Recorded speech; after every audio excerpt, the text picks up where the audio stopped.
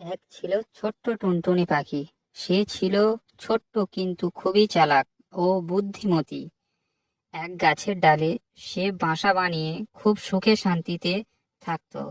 একদিন গাছের নিচে এক লম্বা সাপ এসে উঠল। সাপটা ভাবলো, এই টুনটুনি তো মিষ্টি মাংস, ওকে খেয়ে ফেললে মজা হবে।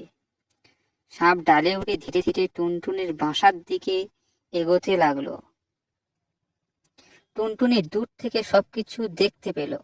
সে ভাবলো, এই সাপটাকে বোকা বানাতে হবে, না হলে আমার প্রাণ যাবে।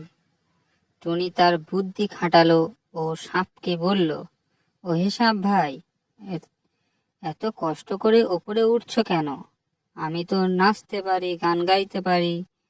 তুমি যদি আমাকে না খাও, আমি তোমার জন্য সুন্দর গান গাই। সাপ থেকে গেল এবং থমকে গেল। সে খুব কৌতূহল হয়ে বলল, আচ্ছা, গান শুনে দেখি, ভালো লাগলে খাবো না, দরকার নেই। টুনি টুনির চমৎকার সুরের গান শুনে সাপটা খুবই মুগ্ধ হয়ে গেল। সাপটা চোখ খুলে দেখেই টুনটুনিতেও আর নেই। বুঝতে পারলো সে বোকা বানিয়েছে। সেই দিন থেকে সাপ আর টুনির পেছনে যায় না।